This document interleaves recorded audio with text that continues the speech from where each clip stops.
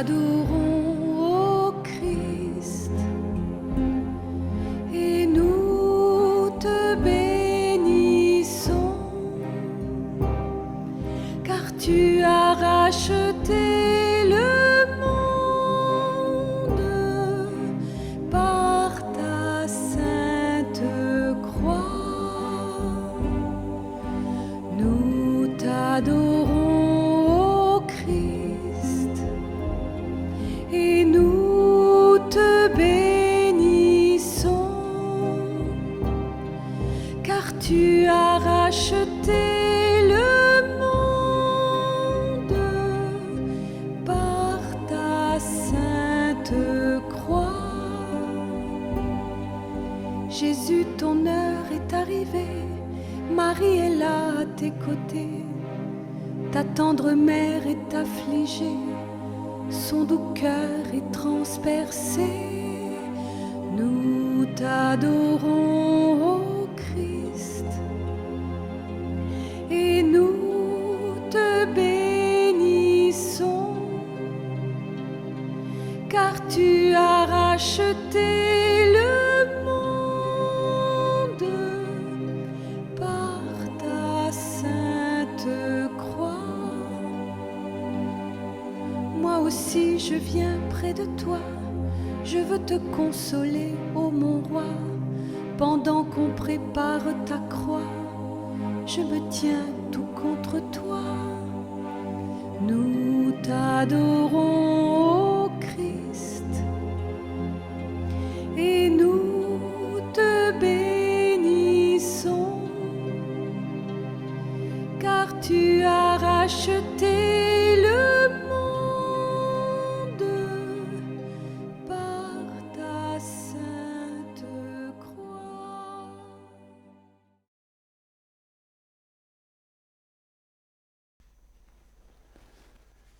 Très chère fille de ma volonté, veux-tu venir dans ma volonté afin de suppléer d'une manière divine pour tous les nombreux actes commis par tes frères et sœurs, pour ceux si nombreux réalisés humainement, de même que pour les actes saints réalisés dans l'ordre humain, mais non dans l'ordre divin. J'ai tout fait dans l'ordre divin, mais je ne suis pas encore content. Je veux que la créature entre dans ma volonté et que, d'une manière divine, elle vienne transformer tous ses actes en les miens, et qu'elle se substitue à toute chose comme je l'ai fait.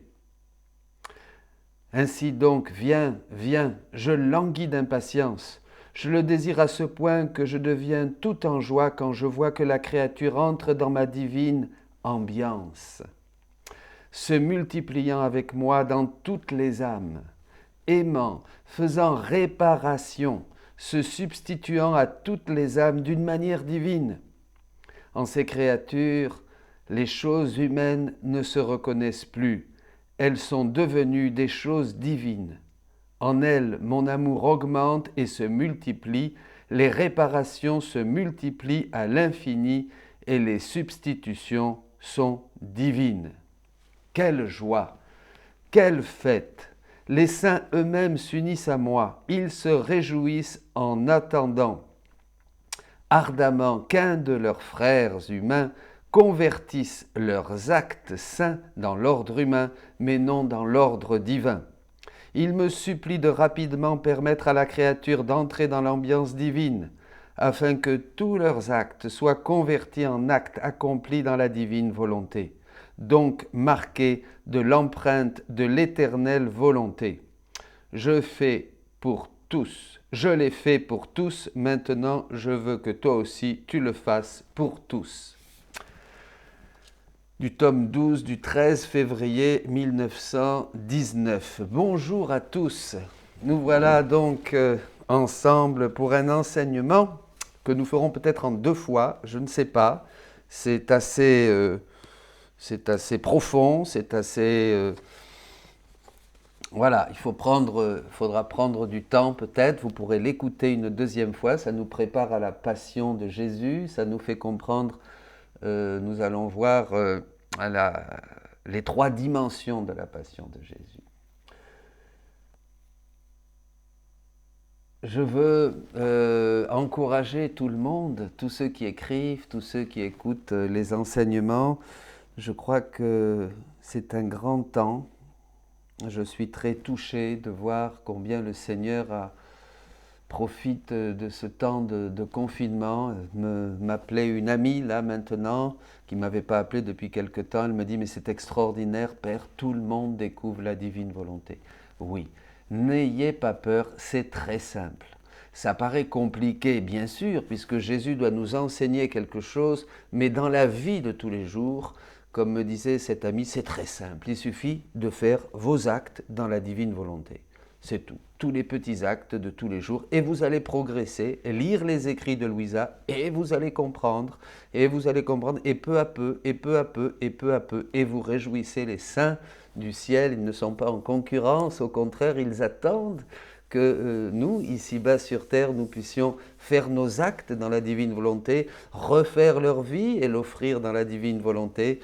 Et tous nos frères, les hommes, les attendent aussi. En ces temps de fléau et de lutte avec ce virus, je crois que c'est le moment justement de réparer et d'entrer dans cette manière divine de réparer, pour consoler Jésus, pour rejoindre tous nos frères et pour leur porter ces secours divins. Voilà. Donc nous allons voir les trois dimensions de la passion de Jésus. La première et la deuxième, nous la connaissons, la deuxième un peu, et la troisième pas du tout. Je viens te faire le plus grand des dons, dit Jésus à Louisa, t'enseigner comment on vit dans ma volonté.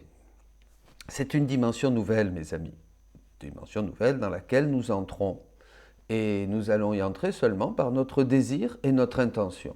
C'est tout. C'est tout ce qu'il faut pour y rentrer. Alors, bon, revenons un petit peu sur quelques points qu'on a développés, qu'on continuera à développer. On se rappelle que le péché originel nous a éloignés de Dieu, a éloigné l'homme de Dieu, et Dieu a dû aller à la recherche, comme qu'on raconte dans Saint Luc, à la recherche de sa brebis perdue. Dieu a dû donc s'étendre, si on peut dire, pour aller chercher la créature dans cet abîme dans lequel nous étions tombés. Un abîme, un éloignement, on s'est tellement éloigné de Dieu après le péché originel. Regardez comment est le monde d'aujourd'hui, qu'on est tombé vraiment dans un abîme extrême, et Dieu a dû aller jusque-là pour nous trouver. Et c'est là la passion. La passion de Jésus, c'est le point le plus bas où Dieu a dû aller chercher l'homme, pour le prendre dans ses bras, pour le guérir, le libérer et le faire revenir vers Dieu. Voilà. Et pour connaître Dieu, nous maintenant, eh bien, il faut la passion. La passion, c'est là où nous allons rencontrer Dieu en vérité. Il va falloir passer par le mystère de la passion, c'est comme la clé pour entrer dans la connaissance du vrai Dieu. Voyez, nous, on a l'habitude de méditer la passion de Jésus la semaine sainte. Et puis après, le reste de l'année, youpi, c'est fini, on ne pense plus à la passion du tout. Mais en fait, la passion, c'est quelque chose d'essentiel. Nous devons méditer la passion tous les jours. C'est le point, c'est le lieu, c'est la clé, c'est toute la lumière de Dieu qui jaillit, bien sûr, du mystère de la croix et de la résurrection. Les deux sont inséparables. Donc il faut passer par le mystère de la passion. C'est le point de départ de notre rencontre avec Dieu. Ça c'est très très clair dans la Bible. Saint Paul dira « Je ne veux connaître, prêcher que Jésus et Jésus crucifié ». Dans la première aux Corinthiens au chapitre 2, verset 16. Vous aurez le texte de cette conférence sur notre site Disciples amoureux missionnaires. Vous pourrez le télécharger, vous pourrez le méditer, vous pourrez le travailler et vous verrez que nous entrons, moi-même je rends grâce à Dieu mes amis, cette connaissance de la troisième dimension de la passion de Jésus que j'ignorais complètement a été pour moi une lumière, je n'ai pas les mots, pour vous le partager. Voilà. Alors, c'est ici que nous connaîtrons vraiment Jésus, quand nous allons le rencontrer dans sa passion. C'est dans sa passion que nous allons comprendre aussi toutes les conséquences du péché, et pouvoir en sortir. Ces conséquences du péché, nous l'avons vu, nous le reverrons, comme dit le catéchisme de l'Église catholique, pour comprendre les conséquences du péché, au numéro 386, il faut comprendre le lien profond qu'il y avait entre Dieu et l'homme, qu'il y a toujours, même si l'homme n'est plus capable de recevoir Dieu, il y a toujours ce lien qui fait souffrir terriblement Dieu, vous me suivez? Donc ce lien, pour comprendre le péché, il faut comprendre le lien entre Dieu et l'homme. Sans une intelligence de ce lien, on ne peut pas comprendre les conséquences du péché, la gravité du péché, vous voyez? Pour l'homme, certes, mais pour Dieu aussi, et surtout même pour Dieu, nous le verrons. Voilà. Donc aujourd'hui, une grâce nouvelle. Nous avons besoin de grâce nouvelle pour continuer à avancer vers le Seigneur. Je sais que beaucoup aujourd'hui cherchent une relation gratifiante avec le Seigneur, joyeuse avec le Seigneur, sensible avec le Seigneur. C'est cette grâce que nous avons dans beaucoup de conversions, de retrouvailles avec Jésus, qui illumine nos vies. C'est une grâce que nous avons aussi dans le renouveau charismatique, qui est une très bonne chose pour commencer. Et beaucoup ont reçu de grandes grâces dans ce mouvement. Mais il faudra aller plus loin. Vous voyez, l'action de l'Esprit Saint qui se communique à nous à travers les dons du Saint-Esprit doit nous conduire à une identification totale avec Jésus. À une identification totale avec Jésus. Ce qui est l'effet complet de l'action du Saint-Esprit. Et le but même de la rédemption. Vous voyez, dans sa lettre aux Colossiens, Saint Paul dira au premier chapitre, au verset 24, qu'il veut accomplir dans sa chair, achever dans sa chair ce qui manque à la passion du Christ. Vous voyez, donc il y a un achèvement que seulement peut faire l'homme et que Dieu attend. Que seulement l'homme peut faire avec Dieu, bien sûr, dans la mesure où il va dire oui, fiat, fiat, fiat.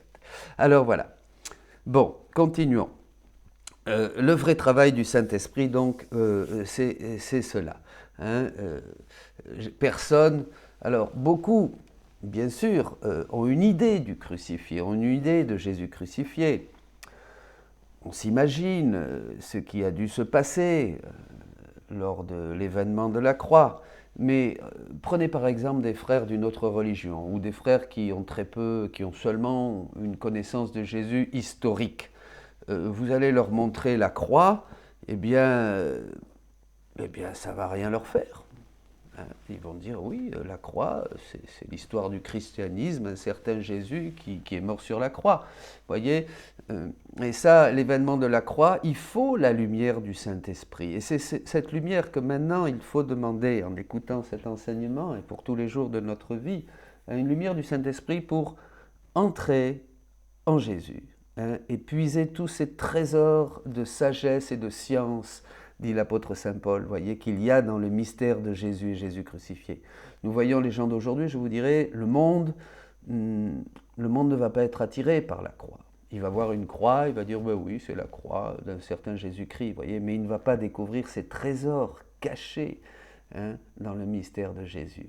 Personne ne peut dire Jésus est Seigneur, dira l'apôtre Paul, vous voyez, dans la première aux Corinthiens, au chapitre 12, verset 3, sans l'Esprit Saint. Donc il faut l'Esprit Saint. Donc dans tous ces enseignements, dans cette vie, dans la divine volonté, le matin vous faites vos actes préalables, vous vous consacrez, et il faut invoquer l'Esprit Saint à travers la Vierge Marie, comme on le chante bien, Esprit Saint, à travers la prière et la présence maternelle de la Vierge Marie, qui a bien sûr un très grand rôle dans ces temps que nous vivons. Alors, maintenant, nous allons entrer un petit peu plus en avant dans ce thème des 3 dimensions de la passion de Jésus. La première chose que Jésus va enseigner à Louisa est sa passion et comment œuvra la divine volonté dans sa passion.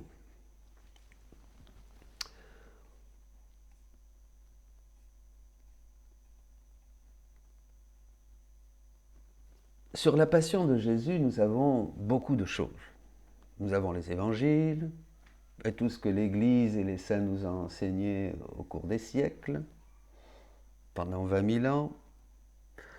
Nous avons médité, nous avons de très beaux textes mystiques et de la tradition sur la passion de Jésus. Nous percevons ce qu'il a dû souffrir, ces douleurs atroces de son corps. Comme dit saint Paul dans la lettre aux Galates, nous vous avons dépeint les traits de Jésus-Christ en croix. Mais enfin, c'est toujours un regard extérieur, voyez. C'est la couronne d'épines, les coups, la flagellation, les plaies, son corps couvert de sang et le cœur ouvert sur la croix. Avec le cœur, bien sûr, ouvert sur la croix, nous allons un peu plus loin. Mais avec cette blessure du cœur, nous entrons dans le Sacré-Cœur. C'est déjà la deuxième dimension de la Passion. Mais Jésus va ensuite enseigner à Louisa comment œuvrer, et c'est là la troisième dimension. Vous voyez, la première dimension, c'est la dimension historique, ce que nous avons vu, ce que nous constatons. La deuxième dimension, la dimension du cœur ouvert, où déjà nous entrons dans son cœur. Et la troisième dimension, c'est ce que Jésus va enseigner à Louisa, c'est ce que faisait la divinité dans son humanité. Nous voyons Jésus crucifié avec les yeux du corps. Nous pouvons méditer la passion, faire des considérations, regarder ses plaies, ses souffrances.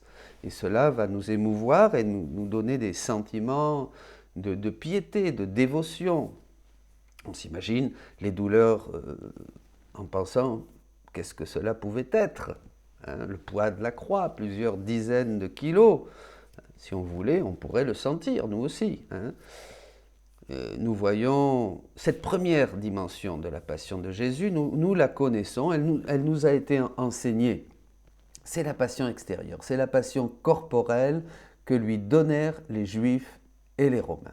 Jésus a souffert ces souffrances de la part des Juifs et des Romains, et nous pouvons le voir, nous pouvons les méditer, et puis, oui, découvrir, voilà.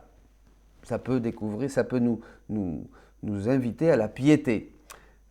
Mais nous vivons 2000 ans après. Donc nous n'étions pas à cette époque du Christ. Vous êtes d'accord avec moi? Dans une autre dimension, un peu plus intérieure, nous pénétrons dans cette blessure de son cœur. Ici, nous y avons participé d'une certaine manière. Jésus le dit clairement à sainte Marguerite Marie, quand il lui dit « Voici le cœur qui a tant aimé les hommes ». Au lieu de reconnaissance, il ne reçoit de la plupart que des ingratitudes. Nous voyons et nous comprenons que tous ici, nous avons participé à cette douleur du cœur de Jésus. Nous avons fait réparation, nous avons appris à faire des prières de dévotion, de réparation au Sacré-Cœur de Jésus. Et ça, c'est une dimension que nous connaissons par nos ingratitudes, notre légèreté, nos manques d'amour et notre péché. Notre péché, oui, bien sûr. Nous avons causé beaucoup de souffrance au cœur de Jésus. Tout cela, nous le savons. Voilà. C'est dans Saint Jean, chapitre 19, verset 34, qui perça le côté de Jésus. La passion corporelle que les Juifs ont infligé au Seigneur a duré 24 heures, la dimension plus intérieure des douleurs de son cœur, que tous nous lui avons infligées, dura 34 ans, en comptant les 9 mois, dans le sein de la très sainte Vierge Marie. Cette seconde dimension de la passion, nous y avons tous participé, tous nous avons blessé le cœur de Jésus par nos refus, nos péchés, nos omissions, notre manque de prière, notre indifférence, que nous soyons laïcs, prêtres, consacrés, voilà. Mais c'est là où nous allons plus loin. Il y a une autre dimension de la passion de Jésus que nous ne pouvions connaître parce que Jésus ne l'avait pas révélée. Voilà, c'est tout. On ne connaît une chose que quand elle nous est révélée, bien sûr. Louisa a été la première. Et là, c'est très, très important parce que ça va changer et transformer nos vies chrétiennes. Dans cette troisième dimension, Jésus lui a révélé comment œuvrer la divine volonté dans la passion. Voyez. Pas seulement combien de clous, combien de coups de fouet il reçut, ou combien d'ingratitude, de péché de notre part, à cause de nos péchés. Ah, c'est la deuxième dimension de la passion. Quand nous voyons Jésus prendre sa croix, par exemple, et la charger sur ses épaules, ou durant la flagellation, nous pensons combien il a dû souffrir. Mais quelqu'un pourrait-il dire ce qu'il pensait? Qu'est-ce que pensait Jésus quand il a chargé sa croix, quand il a reçu des coups, quand il le bousculait, quand il le relevait avec violence? Nous le voyons, nous disons c'est terrible.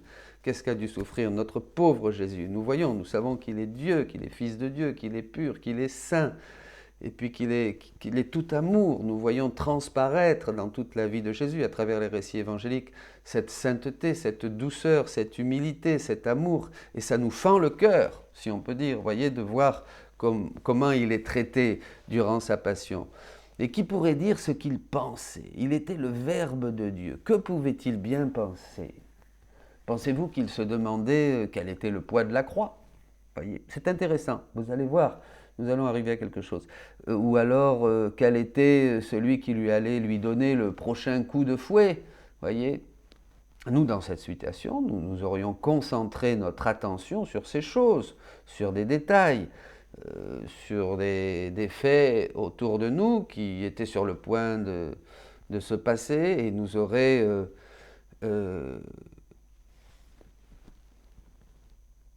donné de la douleur, vous voyez, de la douleur, de la peur. On aurait imaginé. Mais Jésus, que pensait-il? Où était sa pensée durant ces moments? Le poids de la croix? Non. Le regard méchant de celui qui allait lui donner un coup encore? Non. Le nombre de coups qu'il allait recevoir durant la flagellation? Est-ce qu'ils allaient s'arrêter? Est-ce qu'ils allaient s'arrêter? Et il continue. Non, bien sûr. Il avait une toute autre vision. Il avait la vision de Dieu. Il avait la vision de Dieu. Il était Dieu. Qui m'a vu a vu le Père, dit saint Jean au chapitre 14. Je suis dans le Père et le Père est en moi, aussi dit-il plus loin. Jésus est dans le Père et le Père est en Jésus. Donc il avait la vision de Dieu. Il ne pouvait pas penser humainement. Voyez, Jésus était tout attentif à ce que la divine volonté faisait en lui, à travers lui, pour tous. Il était tout attentif à ça. Rappelez-vous, dans les 24 heures de la Passion, puisque cet enseignement est surtout pour vous préparer, nous préparer à méditer, à faire des réparations divines. C'est cela qui va donner une grande grâce à notre monde, qui souffre aujourd'hui, bien sûr.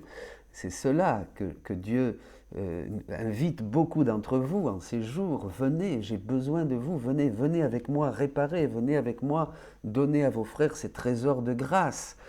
Tout ce qui se passe les dispose, ils sont confinés, ils sont en retraite, ils sont au désert, comme l'évangile d'aujourd'hui, en ce jour. Ils sont au désert, ils se plaignent peut-être un peu des oignons d'Égypte, de ne pas pouvoir sortir, de ne pas pouvoir aller au cinéma, manger, se retrouver entre amis, en famille. C'est un temps difficile, ils sont au désert, ils peuvent se plaindre. Mais Dieu veut justement ce désert au niveau mondial, pour que l'homme, et nous l'avons vu dans ces présidents qui se tournent vers Dieu, qui invitent leurs concitoyens à la prière, c'est extraordinaire, extraordinaire. Dieu veut quelque chose. Voilà, Jésus a embrassé cette croix d'une manière divine et il veut nous transmettre comment, avec quelle pensée, avec quelle intention il l'a fait. Pourquoi? Pour que nous aussi, en méditant sa passion, nous puissions le faire avec les mêmes intentions que Jésus. Vous comprenez? C'est-à-dire des réparations divines, des prières divines. Je veux que tu pries, dit Jésus à Louisa, et que tu répares avec moi, pour faire ces choses avec lui, en lui, par lui. Vous voyez mes amis? C'est ça toute la différence. Parce que nous allons répéter la passion de Jésus. Elle va avoir la même puissance, la même efficience. C'est extraordinaire. Bon, donc il était tout attentif à ça. Et c'est cela que Jésus va enseigner à Louisa. Jésus va enseigner à Louisa cette nouvelle dimension de la passion et l'aider à y participer. Il y a un très beau texte là, je crois. Oui, nous verrons cela dans une méditation. Qu'il ne s'agit pas d'une pieuse méditation ou considération comme on le faisait, hein, c'est ce qui nous avait été enseigné, mais de vivre les moments de la passion de Jésus en les faisant nôtres d'abord. Nous allons nous les approprier, nous allons permettre à Jésus de les revivre en nous, vous voyez, puisque nous allons être contemporains de ces moments-là, dans la divine volonté, et de les vivre avec ses propres intentions. C'est-à-dire que nous allons découvrir dans les 24 heures de la Passion les intentions de Jésus et nous allons les faire nôtres pour les revivre avec lui, hein, d'une manière dans son éternel présent. Participer à la dimension corporelle de la Passion de Jésus, revenons à la première dimension de la Passion de Jésus, la Passion historique, c'est impossible. D'abord, qui de nous pourrait supporter de telles souffrances? Impossible. Personne n'en a envie d'ailleurs, on n'en est pas capable. Hein, de telles souffrances physiques. La deuxième dimension de la Passion, à peine on peut y entrer avec des grâces spéciales. Nous avons vu des saints qui ont participé à ces douleurs du cœur de Jésus par une grande fidélité. Ils ont correspondu à ces grâces du ciel et ils ont partagé ces souffrances de ce cœur blessé qui a tant aimé les hommes. Mais comment nous disposer à entrer dans cette troisième dimension de la Passion de Jésus? Comment? Celle que la divinité a fait souffrir à l'humanité de Jésus. Voyez, les hommes, première dimension, ont fait souffrir Jésus d'une manière extérieure et ont blessé son corps. Les Romains et les Juifs, il y a 2000 ans. Ensuite, nous, tous les hommes, nous avons blessé son cœur par nos manques d'amour, nos péchés, notre ingratitude. Mais ce n'était pas suffisant pour sauver tout le monde et tout le genre humain. Là, c'est de toute manière, tous ces moments même, c'était la divine volonté qui les dirigeait, qui les préparait. Ce n'était pas aléatoire. Chaque coup, le couronnement d'épines, chaque coup de fouet, chaque humiliation, tout ça avait une signification, bien sûr. Et cette troisième dimension de la Passion de Jésus, c'est celle que la divinité donc va infliger, voyez, à l'humanité de Jésus. C'est la passion que la divinité fit souffrir, la divine volonté fit souffrir à l'humanité de Jésus pour pouvoir, de manière universelle, nous allons le voir, sauver tout le genre humain, tous les hommes de tous les temps, depuis le début jusqu'à la fin de l'histoire. Pour connaître cette troisième dimension, il a fallu attendre que Jésus nous la révèle. On ne pouvait pas le savoir. C'est ça, la grandeur de ce don. Je ne veux, en ces temps de vertigineuse poussée vers le mal, Jésus a décidé, dit-il, de faire le plus grand des dons. Le plus grand des dons. Il dit que c'est plus grand que la rédemption, puisque la rédemption opérée par Jésus, c'était en vue que l'homme revienne au rang, au but et à la finalité pour laquelle il a été créé. C'est-à-dire revive dans la divine volonté, retrouve cette divine volonté en lui, opérante, régnante. Et c'est l'accomplissement du Notre Père, et c'est ce que nous vivons aujourd'hui. C'est extraordinaire, mes amis. Bénissons le Seigneur. Vous êtes heureux, êtes-vous d'entendre ces choses. Heureux êtes-vous de voir ces choses. Ce qui n'avait pas été encore vu, ce qui n'avait pas été entendu, ce qui n'était pas monté au cœur de l'homme, Dieu le tenait, l'avait préparé pour ces temps. Et ces temps tout particuliers de fléaux, de pandémie que nous vivons, cette conduite au désert où Dieu maintenant nous appelle avec plus de force. Vous voyez, il faut surtout se tourner vers ça, sur ce que Dieu nous dit, plutôt que de nous affoler, même s'il faut le faire évidemment, dans les aides humanitaires, dans tout ce qu'on peut faire, c'est très bien. Mais attention, il faut surtout, qu'est-ce que me dit le ciel? Parce que de toute manière, si nous ne mourrons pas du virus aujourd'hui, nous mourrons, comme nous l'avons célébré dans la messe de dimanche dernier, la résurrection de Lazare. Lazare est mort de toute manière, donc nous mourrons tous. Donc il faut surtout entrer dans cette lumière qui nous fait découvrir la grandeur de l'homme et de notre appel. Voilà. Alors, la passion corporelle, revenons. On passe de l'une à l'autre pour bien comprendre, et vous pourrez méditer toutes ces choses. La passion corporelle nous a été transmise par les témoins oculaires, comme le dit l'évangile de Luc, ceux qui ont vu, ceux qui ont assisté. La passion intérieure nous a été révélée par de nombreux saints, par l'enseignement de l'Église, jusqu'aux révélations de Marguerite Marie, du Sacré-Cœur. C'est la seconde dimension de la passion. Et il faudra attendre Louisa, je résume, pour découvrir cette troisième dimension, celle que la divinité fit souffrir à Jésus, a infligé à l'humanité de Jésus, pour comprendre, nous disposer et nous aussi y participer. Dieu veut nous rendre participants de sa nature divine, dira la deuxième épître de Pierre, chapitre 1, verset 4. Voilà. Alors jusqu'à maintenant, nous savions comment entre un clou, comment un coup de fouet peut déchirer un corps, comment des épines peuvent entrer dans une tête, ça nous le savons, par analogie, disons-nous, c'est-à-dire nous pouvons imaginer et puis souffrir un peu, imaginer ce que ça a dû être. Nous pouvons aussi imaginer ce que peut souffrir un cœur qui aime et qui se trouve rejeté. Tout ça, c'est des choses que l'homme peut, par analogie, en comparaison, par référence à ce qu'il vit dans sa vie. Vous voyez, une mère rejetée par son fils, il y a beaucoup de mères aujourd'hui qui vivent un rejet de leur fils, une douleur. Nous pouvons comprendre ce que peut souffrir l'amour bafoué, l'amour rejeté, l'amour méprisé, les calomnies, la méchanceté. Ces douleurs que nous pouvons souffrir à certains moments de la vie nous font comprendre ce que Jésus a pu souffrir dans son cœur intérieurement. Mais les douleurs que la divinité lui fit souffrir, celles-là, Jésus doit les révéler. Sinon, nous n'en aurions aucune idée, parce que nous n'avons aucune référence pour comprendre ces souffrances que la divinité infligea à l'humanité de Jésus. Et encore moins y participer, bien sûr. Vous voyez, nous restons extérieurs à la passion.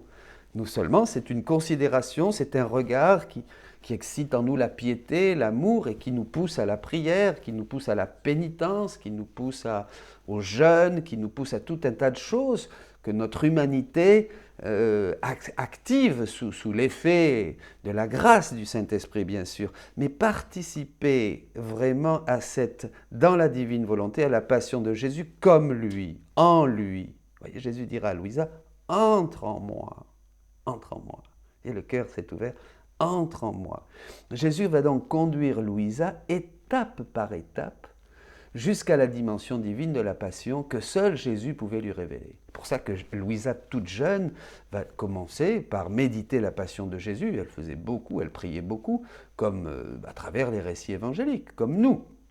Vous voyez ? Mais là, c'est une autre dimension. Et je vais prendre un exemple.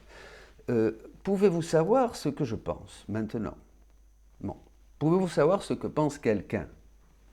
Nous pouvons voir une personne travailler, manger, marcher, souffrir, mais savoir ce qu'elle pense, ça, c'est impossible.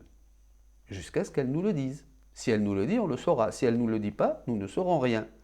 Si vous me voyez par exemple manger, je suis chez moi, je mange, vous pourriez savoir, bon, vous allez voir ce qu'il y a dans mon assiette, bien sûr. Mais savoir ce que je pense tout en mangeant, si je ne vous le dis pas, vous ne le saurez pas. Plus encore s'il s'agit du Verbe incarné. Vous comprenez, on ne peut pas savoir. Quand quelqu'un mange au restaurant, vous pourriez imaginer, ce qu'il pense de la nourriture, si la viande est tendre, si les légumes sont assez salés, si la sauce n'est pas trop piquante, etc. Ça c'est... On peut imaginer. Mais essayez d'imaginer ce que Jésus pensait quand il mangeait. Est-ce que vous croyez, je disais avec un peu d'humour à quelqu'un, est-ce que vous croyez qu'il pensait sans rien dire, parce qu'il il aimait beaucoup sa mère, il disait, voilà quand même, la Vierge, ma maman, là, c'est bien trop cuit ce poulet, mais qu'est-ce qu'elle a fait, puis c'est pas assaisonné, mais enfin je dirais rien pour respect à ma mère, mais enfin, vous croyez qu'il pouvait assis un peu râler intérieurement, mais non, il est Dieu. Et toutes ses pensées sont des pensées divines, vous voyez. Alors on ne pouvait pas donc savoir ce que Dieu pensait, ce que Jésus pensait à travers ses activités. Il faudrait un autre Verbe incarné qui nous le dise. C'est pas de chance, il n'y en aura pas d'autre, et il n'y en a jamais eu. Donc cette troisième dimension de la passion de notre Seigneur que lui causa sa divinité, et c'est là où Jésus va dire à Louisa toutes ces choses, va dire ce qu'il faisait, ce qu'il pensait, ce qu'il voulait faire, à quoi il nous invite. Et vous allez vivre une semaine sainte très différente en méditant et en faisant des réparations. Ça va plus être qu'une pieuse dévotion. On va entrer tous ensemble, mes amis, et vivre avec Jésus ce qu'il a vécu et participer pleinement comme lui et produire la même efficience que la passion. Chaque acte dans la divine volonté a la même puissance que tous les actes du Verbe incarné. Puisque nous rejoignons l'acte unique et éternel de Dieu. Dieu nous donne cela. C'est ce que dit Jésus dans les écrits. C'est quelque chose que nous n'aurons jamais fini de méditer. Bon, alors, Jésus va dire à Louisa ce qu'il faisait. Et il va lui apprendre. Et elle va nous le transmettre, surtout dans le récit des 24 heures de la Passion. Je vous invite à les lire doucement, tranquillement, sans précipitation. Voyez, ce n'est pas une lecture. C'est vivre ces moments avec les intentions de Jésus et lui dire « Viens répéter, je t'offre ce que, comme la communion que nous faisons dans la divine volonté, je reçois Jésus, je communie, je vais à ce moment au Cénacle, à la première messe, puisque toutes les messes sont seulement une actualisation de la première messe, et je reçois Jésus, et je lui rends cet amour. Nous allons rendre à Jésus. Sachant ensuite comment œuvre, agit la volonté de Dieu dans l'humanité de Jésus, nous allons découvrir des choses que nous ne connaissions pas. Certaines que nous connaissions. Par exemple, ça va changer beaucoup de choses. L'universalité de la passion. Jésus a sauvé toute l'humanité, chacun d'entre nous. Pourquoi? Parce que sa divinité, œuvrant dans son humanité, nous rejoint tous. Parce que la divinité a cette universalité de rejoindre tous les hommes de tous les temps. Voyez, un mode d'agir aussi que communiquait la divinité à l'humanité de Jésus, c'était l'omniscience. L'omniscience, c'est-à-dire qu'il savait tout, il voyait tout.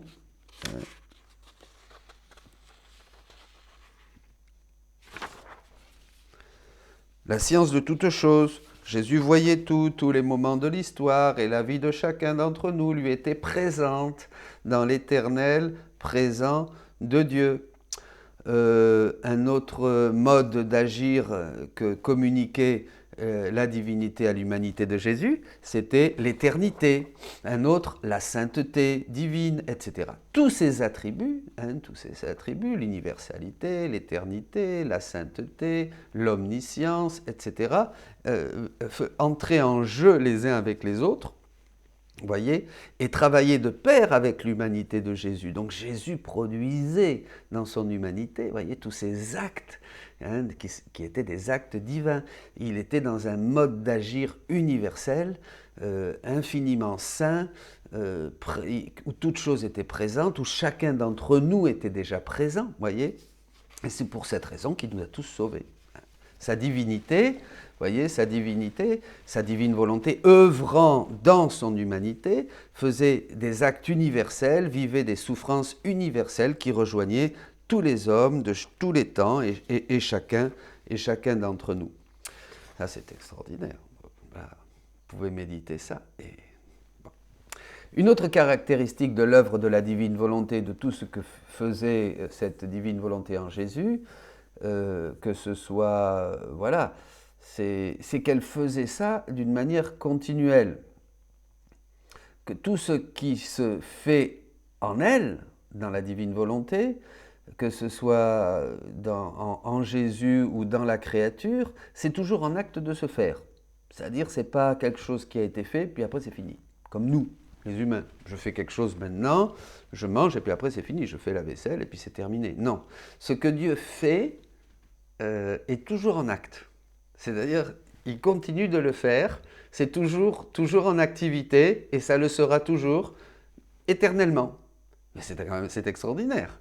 C'est-à-dire que, vous voyez, c'est Dieu, il faut comprendre que c'est Dieu, mes amis, c'est Dieu, Dieu est tellement éloigné de ce que nous pouvons penser, hein, que, évidemment, c'est difficile, mais il faut le savoir. Une fois qu'on le sait, on commence à intégrer ce qu'est Dieu, et cette connaissance nous transforme, vous voyez, puisque Dieu veut qu'on arrive à être comme lui, hein, vous serez comme des dieux, dit Jésus. Voilà, alors, et toujours en acte de se faire, vous voyez, et cela sans jamais perdre aucun effet de ses actes. Jamais, jamais les actes de Dieu perdent de l'effet avec le temps. Vous savez, comme un peu ça s'use, hein, comme les piles. Ça s'use si l'on s'en sert et puis après elles sont mortes. Non, avec Dieu c'est pas ça. C'est jamais, il n'y a jamais d'usure. Hein. Voilà, c'est un peu comme le soleil. Prenez l'exemple du soleil. Le soleil n'a pas besoin de créer un soleil chaque jour. Il est en acte, il donne sa lumière. Voilà. Il donne sa lumière, il donne sa lumière, il donne sa lumière, sa chaleur à toute la terre, à toute la nature, et cela depuis qu'il a été créé. Voilà. Ça n'a pas diminué. De la même manière, tout ce qui se fait dans la divine volonté demeure en acte. Et c'est intéressant quand même. Chacun de nos petits actes dans la divine volonté sont des actes éternels. Ils dureront toujours. Ils font partie de quelque chose qui augmente dans le ciel. Bon, on va pas compliquer. Hein. Voilà. Alors, de manière à tout ce qui se fait dans la divine volonté, donc demeure en acte de se faire toujours sans jamais perdre aucun de ses effets. C'est pour cette raison que Jésus nous a tous sauvés et continue de nous sauver à l'instant même. Maintenant que je vous parle, il continue à vous sauver parce que vous êtes ouverts grâce à ce que vous entendez, à ce que vous allez faire. À chaque instant, Jésus est en train de vous sauver, de vous donner son amour. Voyez, à l'instant même, comme il y a 2000 ans, maintenant nous pouvons recevoir tous les effets des actes rédempteurs de Jésus et de sa passion, comme si maintenant il était en train de souffrir pour nous, pour chacun. Tout cela, c'est grâce à l'œuvre de la divine volonté. Voyez. Si Jésus n'avait pas eu cette divine volonté, agissant dans son humanité, comme source de vie, comme source de tous ses actes, de tout ce qu'il a fait, ben il n'aurait pu sauver personne. Vous comprenez? Il n'aurait pu sauver personne. Jésus aurait été réduit, même aussi saint que possible, aussi priant, aussi pieux, aussi généreux, s'il n'y avait pas eu en Jésus cette divine volonté, il n'aurait pu rien faire. Vous voyez, il n'y aurait pas eu d'universalité du salut. Alors, Jésus va ensuite enseigner à Louisa que non seulement sa passion est en acte, hein, hier, aujourd'hui et demain, vous vous rappelez, Jésus est le même, hein, dit la Bible, hier, aujourd'hui et toujours, hein, est en acte, mais elle est seule agissante aussi en nous, mais tous les actes de la vie de Jésus sont aussi en acte de se donner, de s'offrir, de se donner. Tout ça, quand Jésus nous dit « je vous donne ma vie et ma vie en abondance », on ne comprend pas. Ce n'est pas un gros robinet d'eau qui jaillit, hein, et puis qui donne de l'eau en abondance. C'est-à-dire je vous donne ma vie, je vous donne tous les mystères de ma vie, je vous les donne dans toute l'abondance de ce qu'ils sont et de leurs effets en vous. Vous comprenez, c'est extraordinaire. Hein. Le catéchisme explique ça, hein, aussi que nous sommes appelés à revivre, à vivre, et Jésus veut répéter sa vie en nous, et qu'il veut consommer, hein, il veut que ces actes, les mystères de sa vie soient consommés par nous et en nous. Bon.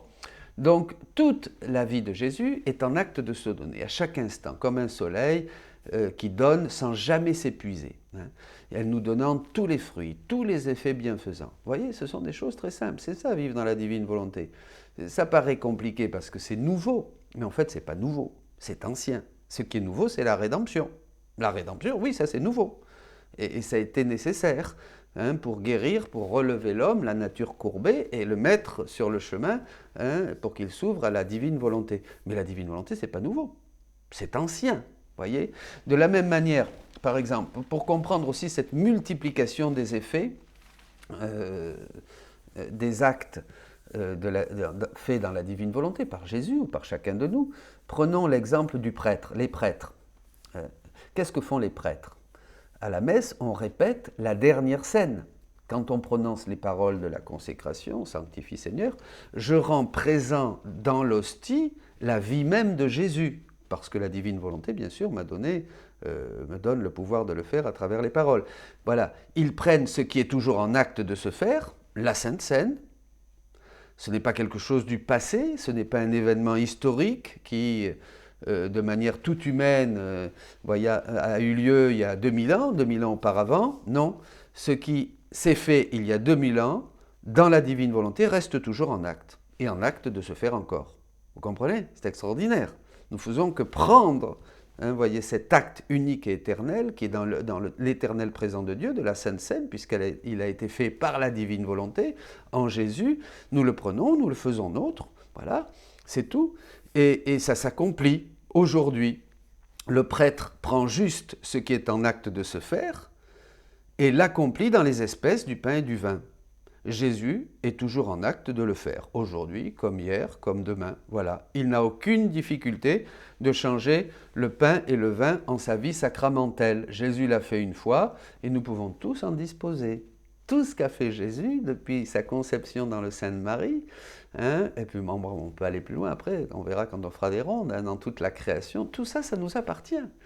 Tout ça, ça nous appartient, tout ça, nous le rendons présent dans notre cœur, dans notre vie, vous voyez, réellement, et nous le faisons de nouveau avec le Seigneur, que ce soit dans l'ordre de la création, vous vous imaginez, vous pouvez aller dans toutes les choses créées pour les faire vôtres, les prendre, mettre votre amour, participer, continuer même cette œuvre de création, dans le chant des oiseaux, dans la lumière du soleil, dans la pluie, pareil dans toute la rédemption, vous pouvez aller dans la rédemption, pour faire vôtre tous les mystères de la vie de Jésus, les prendre, les vivre, vous les approprier. Jésus dit que vivre dans la divine volonté, ce n'est pas faire la volonté de Dieu. Ça, c'était la base, bien sûr, il a fallu passer par là, et c'est pour ce que Jésus est venu nous visiter sur terre et nous a donné les évangiles. Mais il dit, Jésus, c'est ça, c'est posséder, c'est pas faire ma volonté, c'est la posséder. Vous comprenez?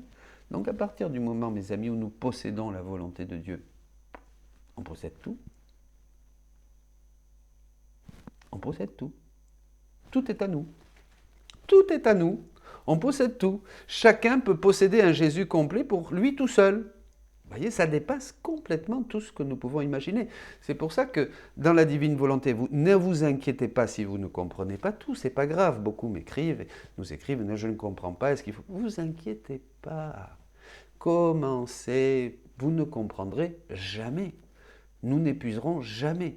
Ce que nous commençons à faire ici-bas sur Terre, nous allons passer, la mort, comme ça, comme une lettre à la poste, et nous allons continuer notre mission, nous allons continuer à faire la même chose au ciel, nous allons continuer notre mission surtout, de faire connaître la divine volonté à nos frères qui sont encore sur la terre. Et donc c'est vraiment l'accomplissement du Notre Père. Bon, je ne m'éloigne pas, je reviens. On peut dire donc que nous possédons chacun une incarnation du Verbe dans tous ses mystères et tout l'amour avec lequel il s'est incarné pour chacun de nous. Nous pouvons dire la même chose de tous les mystères de Jésus. Tous les mystères de Jésus. Regarde s'il n'y a pas une...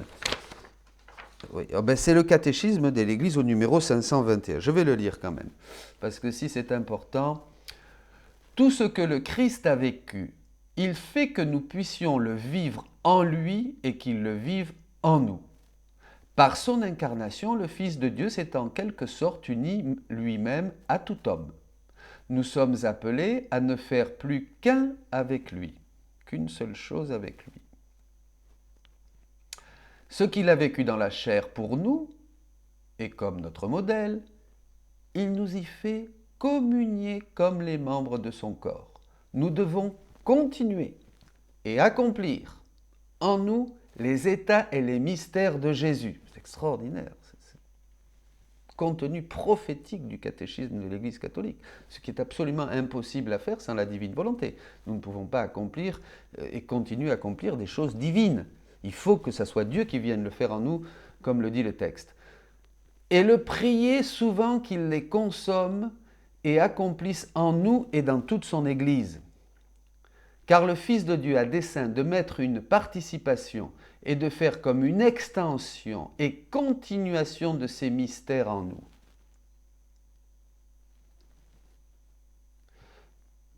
Et en toute son Église, par les grâces qu'il veut nous communiquer. Voyez, et une des grâces d'aujourd'hui, c'est justement le don de la divine volonté. Il y a une très belle thèse de l'Université pontificale de Rome, du père Joseph Iannuzzi, qui est justement le don de la divine volonté à travers les écrits de Luisa Picaretta. Extraordinaire. Extraordinaire, là, vraiment. Voilà, donc il veut la continuation de ces mystères en nous et pour tous en par des grâces qu'il veut nous communiquer, par les effets qu'il veut opérer en nous, par ces mystères. Et par ce moyen, il veut les accomplir en nous. Catéchisme de l'Église catholique, numéro 521. Voilà. Donc, qu'est-ce qui va se passer maintenant pour nous, pour vous tous, là, désireux d'entrer, de vivre dans cette divine volonté? Eh bien, cette connaissance que vous allez, d'abord, votre oui. Ensuite, connaître les écrits. Ça va vous enflammer, ça vous touche. Beaucoup me disent, ma vie est transformée. Ça va produire en nous, quoi? Un réveil spirituel. Voyez? Une nouvelle Pentecôte sur notre âme. Jésus dit à Louisa, en parlant des écrits du livre de ciel, qu'ils seront pour son Église comme un nouveau soleil, émergeant en son sein, et que, attirés par la lumière brillante de ce soleil, les hommes voudront être transformés, spiritualisés, divinisés, ce qui amènera un complet renouvellement de l'Église et transformera la face de la terre. Le don de la divine volonté est cette nouvelle Pentecôte, tant annoncée et attendue. C'est ce nouveau printemps de l'Église.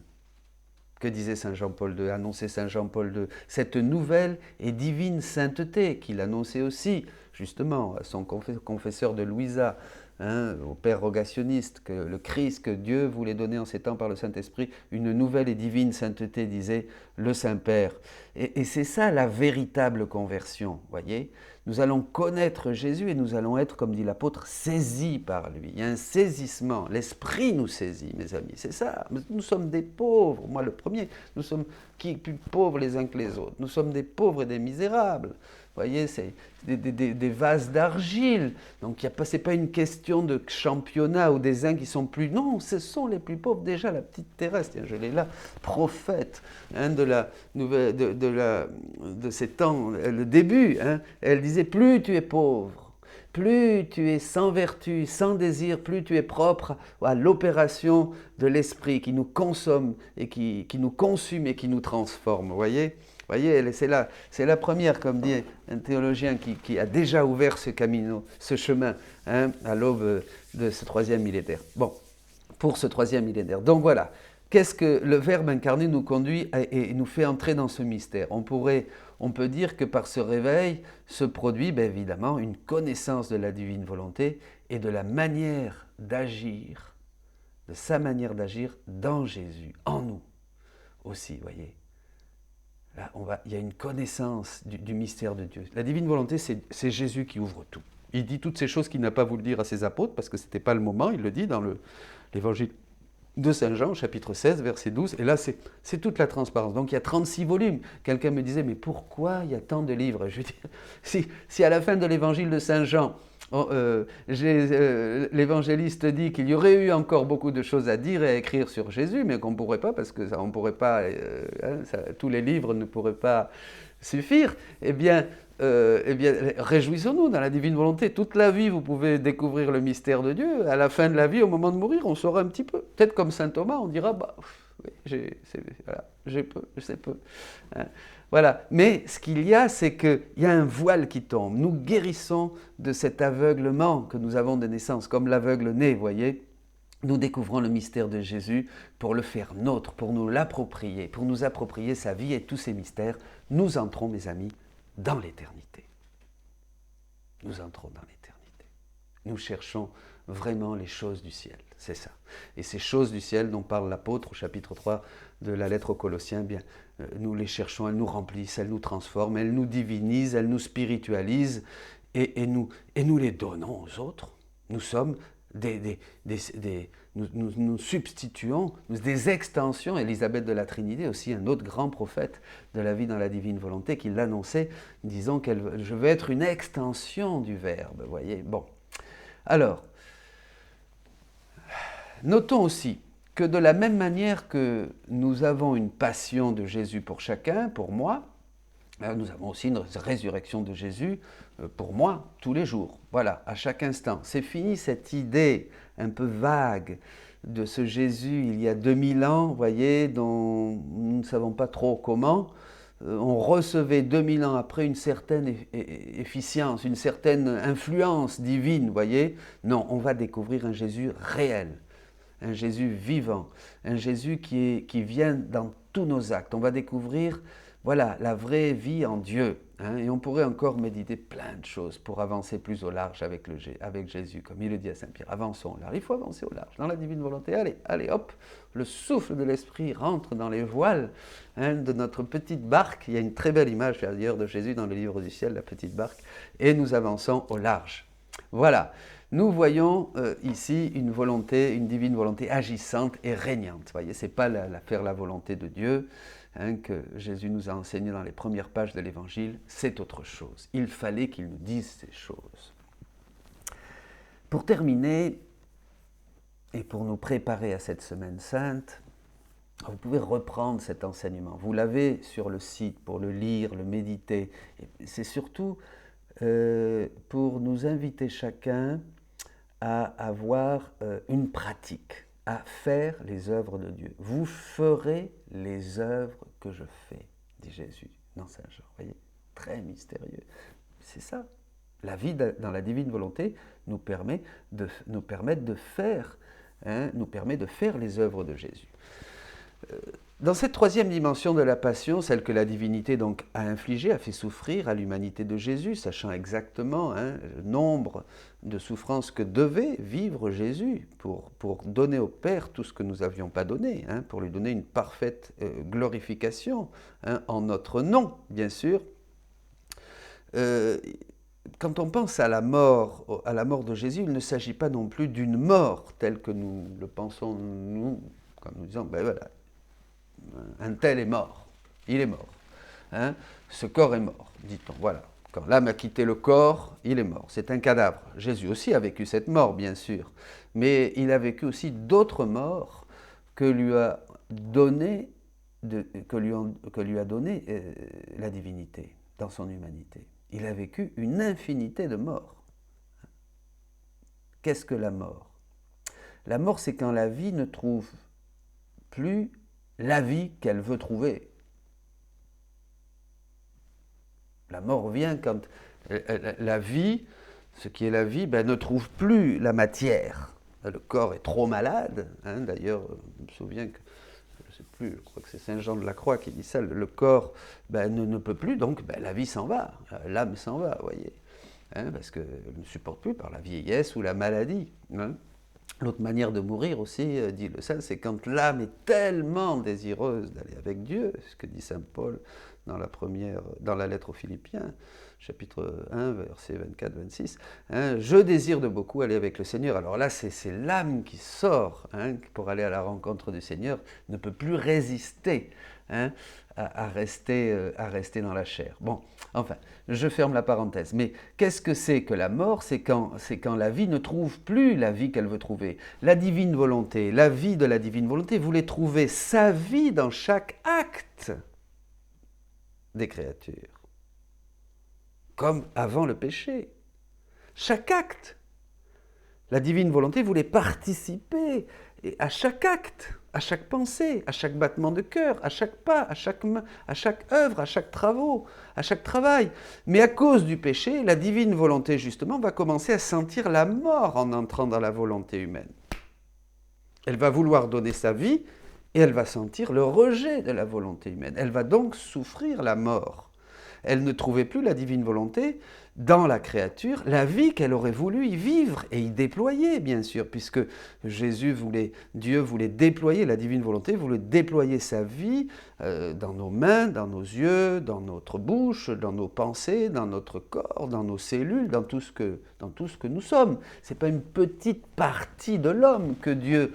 Souvent, on a une idée que voulait diviner. Alors tout ça, Jésus l'enseigne, bien sûr, dans les écrits du livre du ciel. Alors, quand elle rentrait dans la créature, elle trouvait seulement la vie de la créature. Voilà, paf, comme un obstacle au cours, au flux de sa vie divine. Elle ne pouvait plus déployer la divine volonté, sa vie dans son enfant, dans sa créature.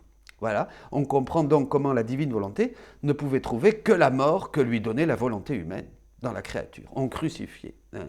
Tu formes une croix pour moi et moi je forme une croix pour toi. Voilà, ça y est, on se donnait la mort. Hein, on se donnait la mort.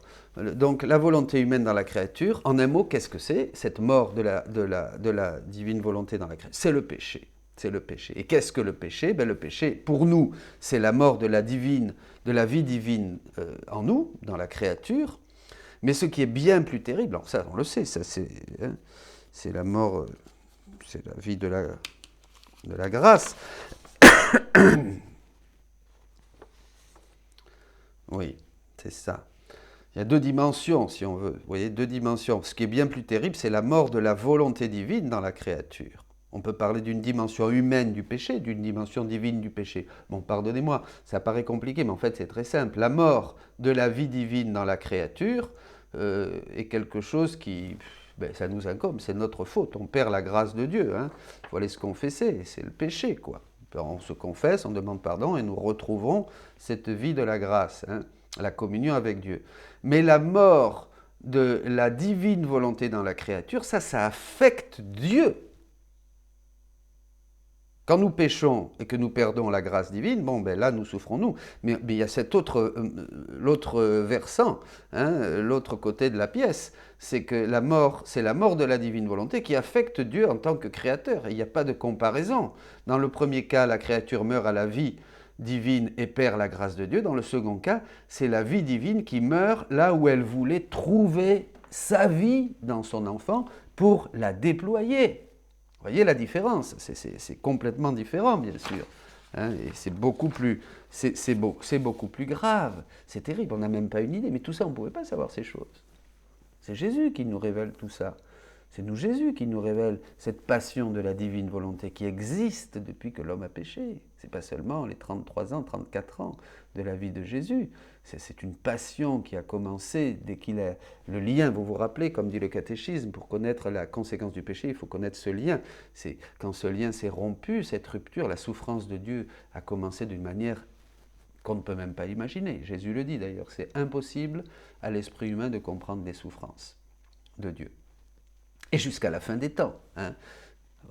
C'est un autre thème, c'est parce que aussi il faut bien voir que dans l'homme, il y a le royaume de Dieu. Dieu doit sauver l'homme pour se sauver lui-même. C'est ça, le lien est tellement profond.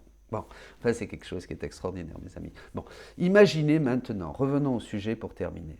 Imaginez toutes les créatures qui sont venues à l'existence. Et tous les actes de toutes les créatures qui ont été faits, commis, depuis le péché d'Adam, et qui ont donné la mort à la divine volonté.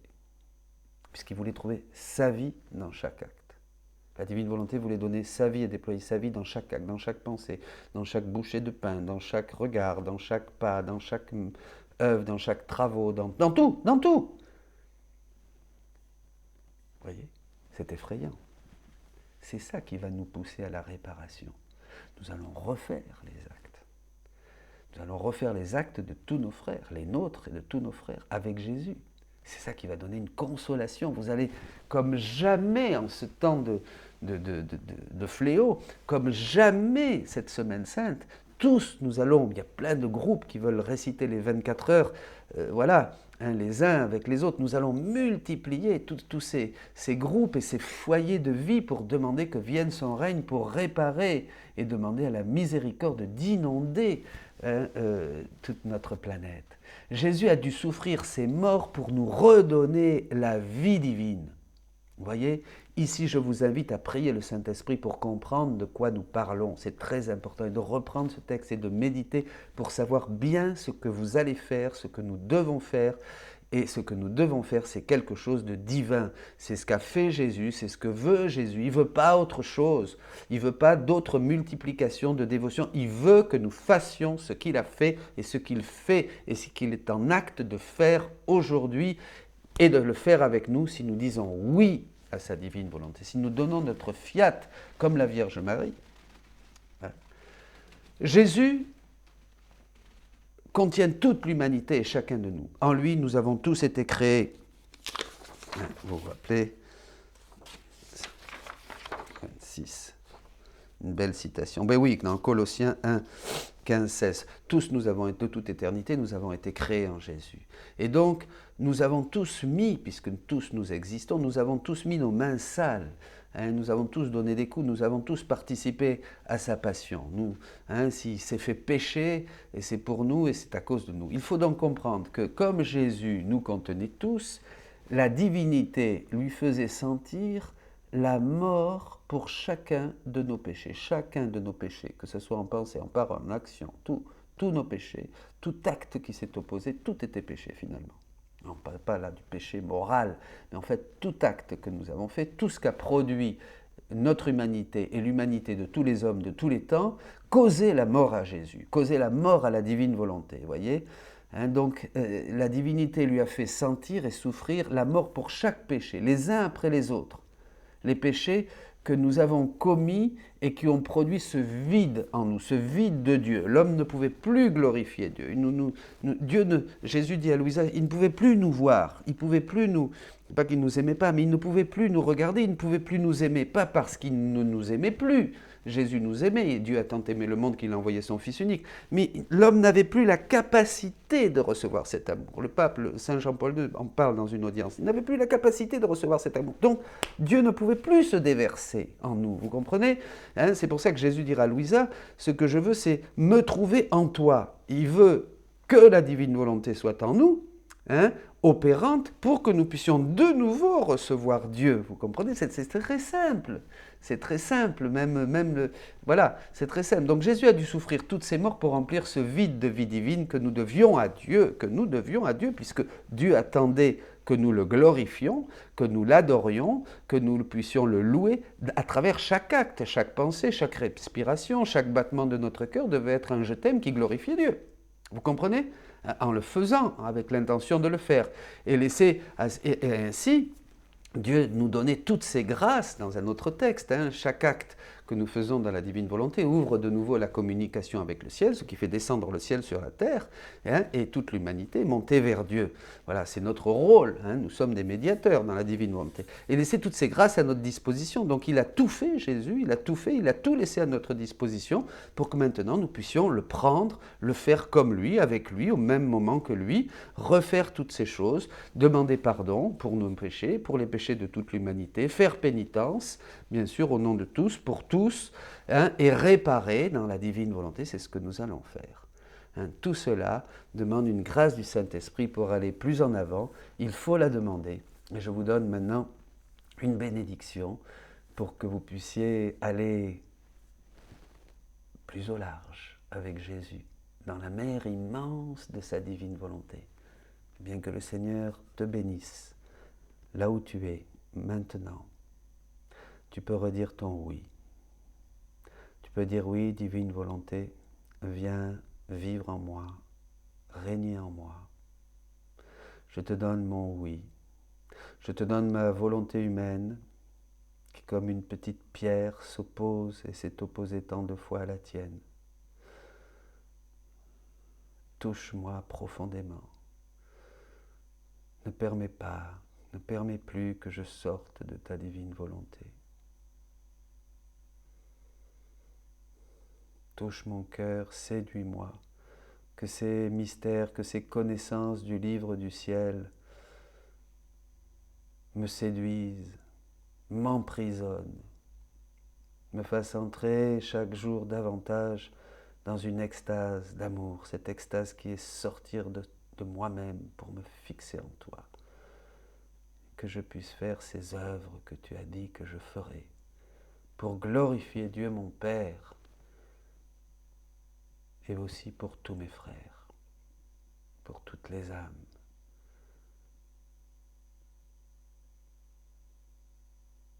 Amen.